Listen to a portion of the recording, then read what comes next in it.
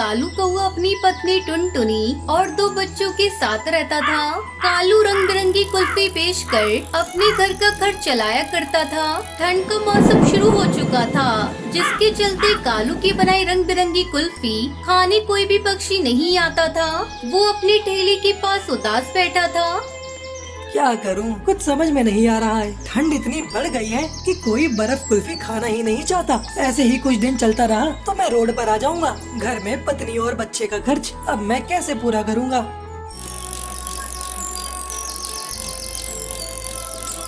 शाम में कालू थका हारा घर लौटा।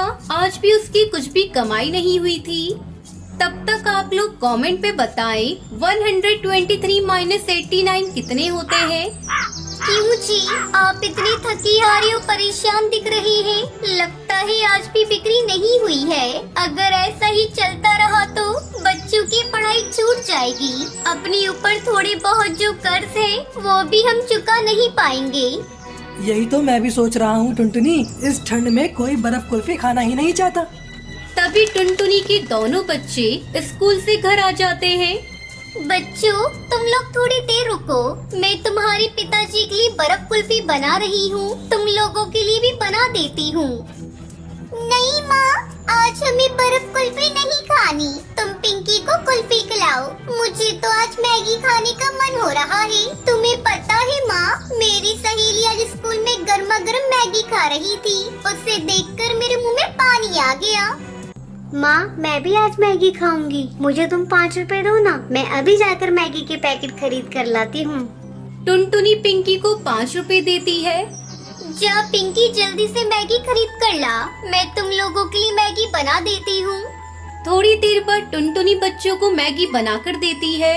बच्चों को मैगी खाते देखकर टुनटुनी अपने पति से कहती है, सुनते हो जी, आजकल बच्चे और बड़े सभी मैगी खाना पसंद करते हैं। तुम भी बर्फ कुल्फी की जगह गर्मा गर्म मैगी बेचना शुरू कर दो।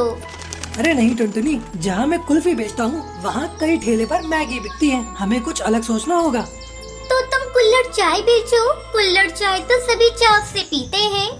टुनटुनी, मैं सोच रहा हूँ क्यों ना मैं कुल्हड़ मैगी बेचूं।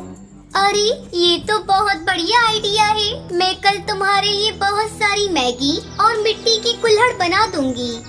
टुनटुनी, ऐसा करो, कल से तुम भी मेरे साथ चलो। हम दोनों मिलकर कुल्हड़ मैगी बेचेंगे। अगले दिन टुनटुनी अपने पति के ठेले पर कुल्हड़ मैगी बेचने जाती है। आइए आइए, गर्मा गर्म कुल्हड़ मैगी खाइए। मुंबई की मशहूर कुल्हड़ मैगी आपके जंगल में पहली बार बिकने के लिए आई है। टुनटुनी की आवाज सुनकर कुछ पक्षी टुनटुनी के ठेले पर आते हैं। अरे बहन, मैंने तो पहली बार कुल्हड़ मैगी का नाम सुना है। जरा मुझे और मेरी दोस्त को कुल्हड़ मैगी खिलाइए।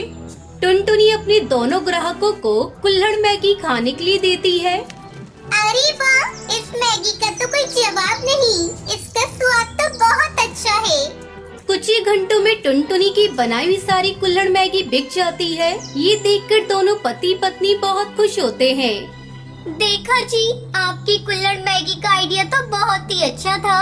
कल से हमें और ज्यादा कुल्हड़ मैगी बनाने का सामान खरीद कर लाना होगा। इस तरह टुनटुनी अपने पति के साथ मिलकर कुल्हड़ मैगी बेचने लगती है और खुशी खुशी बच्चों के साथ रहने लगती है।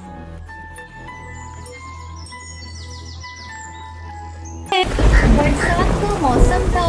एक दिन बच्चों की टोली में सबसे बदमाश कालू कौआ सारे पक्षी बच्चों से कहता है, अरे जब से छुट्टियाँ हुई हैं, रोज हम लोग वही जामुन और शहतूत के फल खाया करते हैं। तुम सब अगर तैयार हो तो आज मैं तुम लोगों को एक बड़ा सा आम का पेड़ दिखाता हूँ। वहाँ चलकर हम लोग जी भर के आम खाएंगे। अरे तुम्हें कहाँ मिल गया ये आम का पेड़? हमारे जंगल में तो ऐसा कोई पेड़ नहीं है जहाँ पर जाकर हम मुफ्त में आम खा सके। अरे तुम लोग चलो तो सही। वो पेड़ थोड़ा दूर जाकर है, लेकिन उस पर बहुत स्वादिष्ट और बड़े बड़े आम लगे हुए हैं।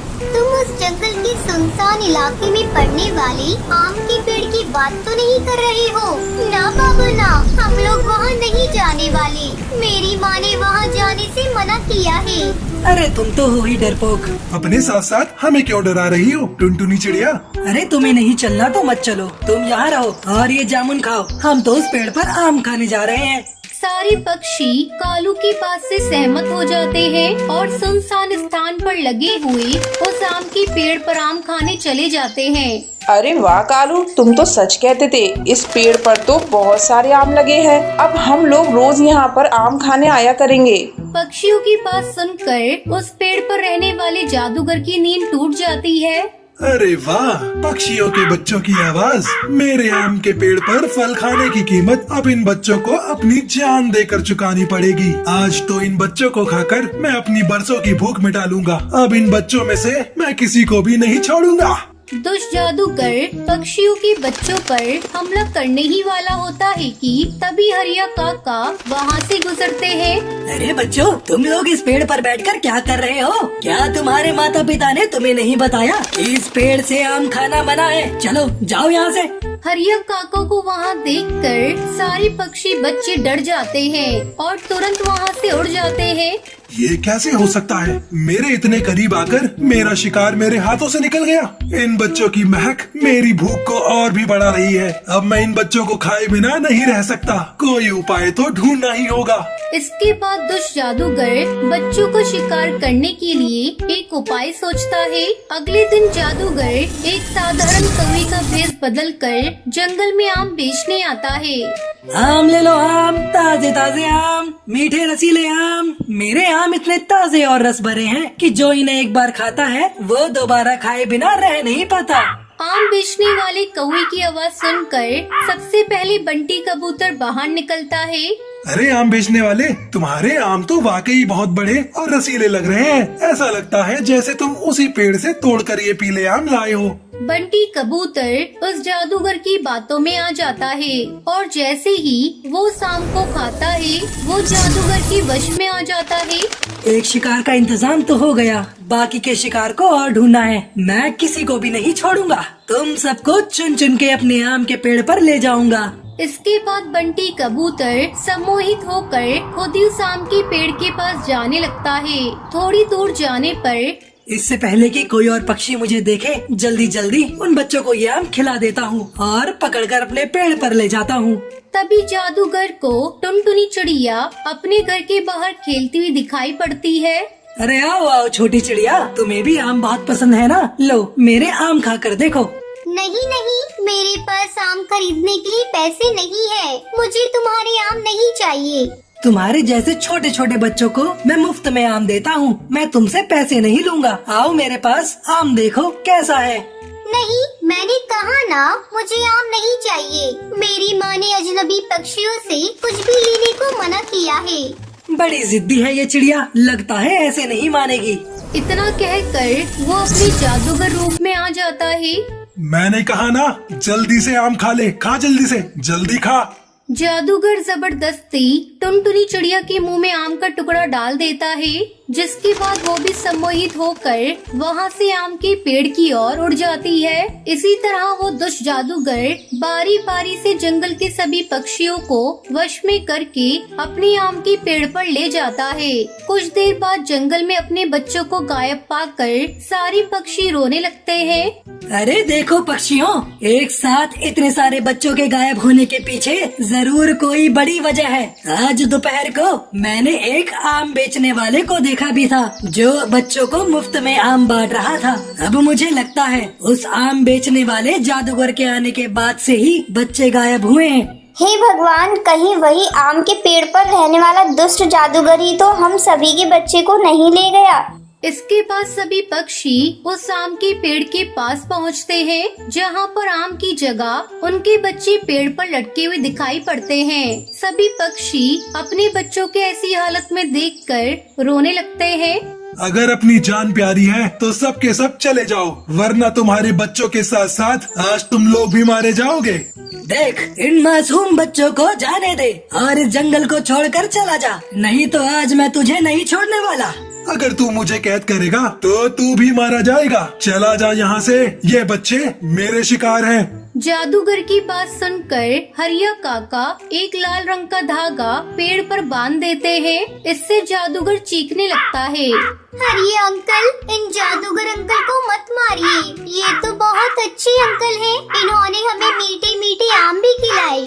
बच्चों की मासूम बात सुनकर जादूगर को अपने किए पर बहुत पछतावा होता है और वो माफी मांगकर सभी पक्षी बच्चों को आजाद कर देता है। सभी बच्चे भी और सभी पक्षी जादूगर को धन्यवाद करते हैं और वहाँ से चले जाते हैं और खुशी खुशी रहने लगते हैं। ये कहानी है सीतापुर गांव के एक छोटे से जंगल में रहने वाली टुनटुनी चिड़िया की, जो अपनी माँ के साथ उसी जंगल में एक आम के पेड़ पर रहती थी। टुनटुनी चंचल थी, लेकिन वो चीजों को जल्दी समझ नहीं पाती थी। टुनटुनी की माँ गरीब थी और वो बहुत मुश्किल से अपना और टुनटुनी का खर्चा उठाती थी। टुनटुनी की माँ मेहंदी बेचने का काम करती थी। टुनटुनी की माँ का नाम टूनी था।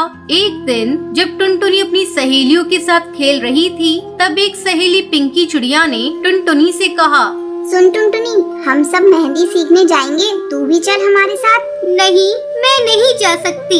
क्यों नहीं जा सकती तू? क्योंकि मेरी माँ के पास इतने पैसे नहीं है। ये कहते हुए टुनटुनी चिड़िया की आंखें भर आई थी। तभी एक दूसरी सहेली ने टुनटुनी से कहा, टुनटुनी, तू नहीं जा सकती तो कोई बात नहीं। अगले दिन टुनटुनी की सारी सहेलियां मेहंदी सीखने के लिए चली गयी। जब टुनटुनी की माँ अपने घोंसले में पहुँची तो उसने जो देखा वो देखकर उसे बहुत दुख हुआ। टूनी चिड़िया टुनटुनी को रोता देखकर घबरा जाती है और उससे पूछती है, क्या हुआ टुनटुनी? पहले टुनटुनी कुछ नहीं कहती, फिर माँ के बहुत पूछने पर वो अपनी सहेलियों के साथ हुई बात के बारे में बताती है। टुनटुनी अपनी माँ से कहती है, माँ, हम इतने गरीब क्यों हैं?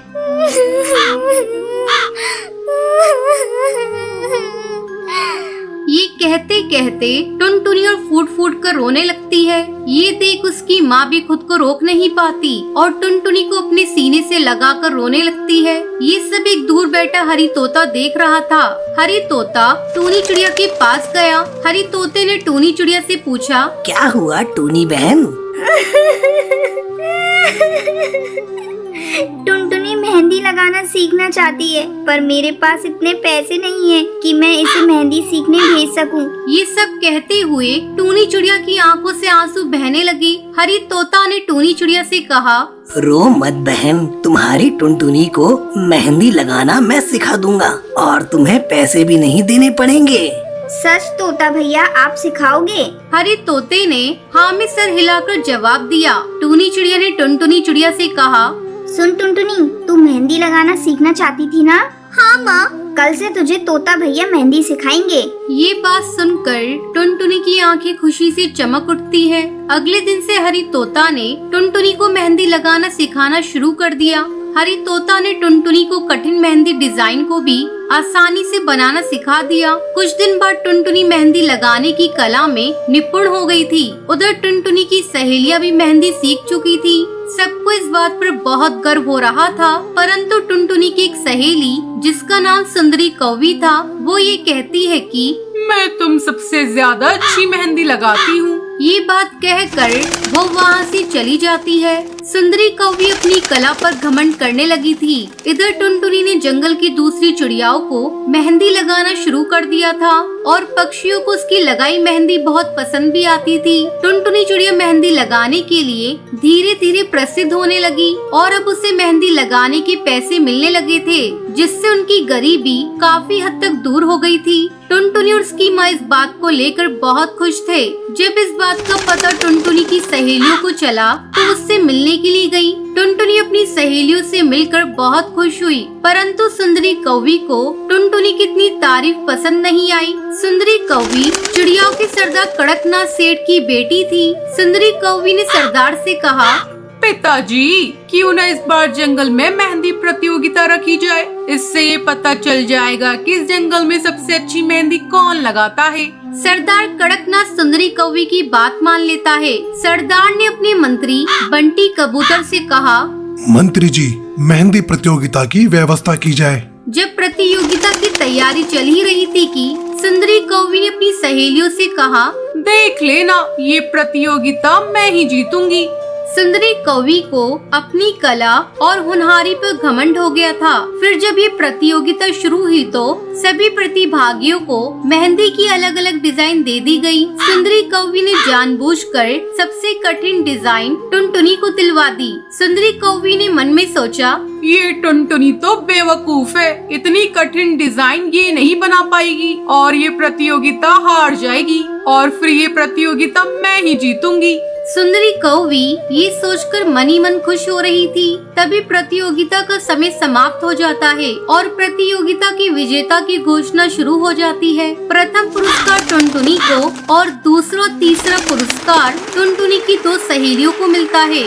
जब विजेताओं की सूची में सुंदरी कौवी का नाम नहीं आया तो उसका सारा घमंड चूर चूर हो गया। तो दोस्तों, इस कहानी से शिक्षा मिलती है कि अपनी कला पर कभी घमंड नहीं करना चाहिए।